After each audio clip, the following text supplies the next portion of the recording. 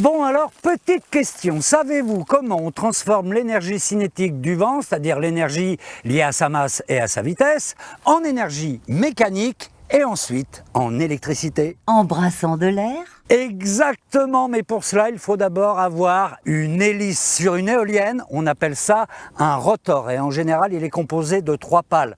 Plus le diamètre du rotor est important, plus l'éolienne est puissante. Et puis, regardez bien, les pales sont profilées comme des ailes d'avion, ce qui leur donne une force de portance. Sinon, elles ne tourneraient pas.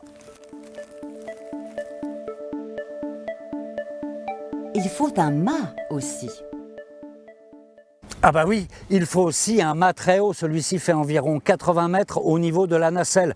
Alors non seulement parce que les pales sont très grandes pour brasser beaucoup d'air, mais aussi parce que plus on va haut, plus les vents sont forts et réguliers. Donc c'est ainsi que l'on transforme l'énergie cinétique du vent en énergie mécanique. Et après, pour l'électricité? Ah, pour l'électricité, c'est encore une autre histoire et pour cela il faut monter tout là-haut dans la nacelle. On va se préparer.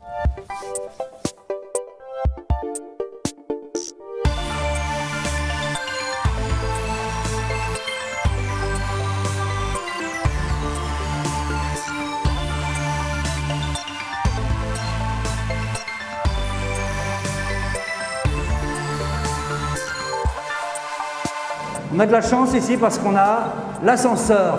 Exactement. Parce que parfois c'est avec l'échelle qu'il faut monter. Ok, c'est parti. Voilà.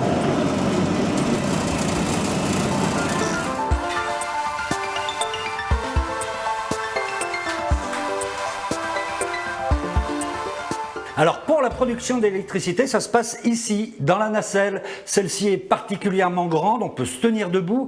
C'est plus pratique pour pouvoir entretenir le matériel. C'est d'ailleurs ce que l'on est en train de faire. Là, on a enlevé le carter de l'axe. Regardez bien, ça, c'est l'axe du rotor. Évidemment, quand l'éolienne est en marche, l'axe tourne. Et venez voir, je vous emmène à l'arrière de la nacelle. Lorsque l'axe tourne, eh bien il entraîne avec lui un générateur. En fait, c'est un gros aimant qui est protégé dans ce carter. Et quand le générateur tourne, eh bien il produit de l'électricité. Tu connais le principe, la petite voix? Bah oui, c'est le principe de la dynamo. Un aimant qui tourne dans une bobine de fil de cuivre et ça crée un courant électrique.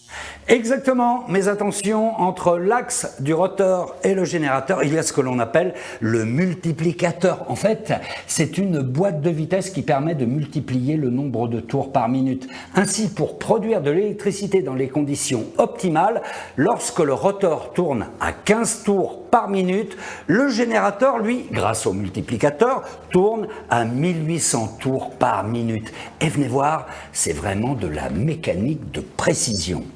Magnifique.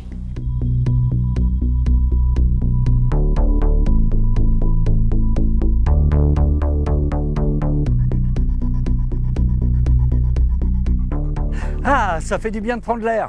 Alors regardez, à l'extérieur de la nacelle, à l'arrière, il y a un anémomètre ultrasonique. C'est un appareil qui permet d'enregistrer la force et la vitesse du vent. Et grâce à ces mesures, eh bien, la nacelle, mais également les pales de l'éolienne s'orientent automatiquement pour prendre le vent le mieux possible. Quel coup d'œil!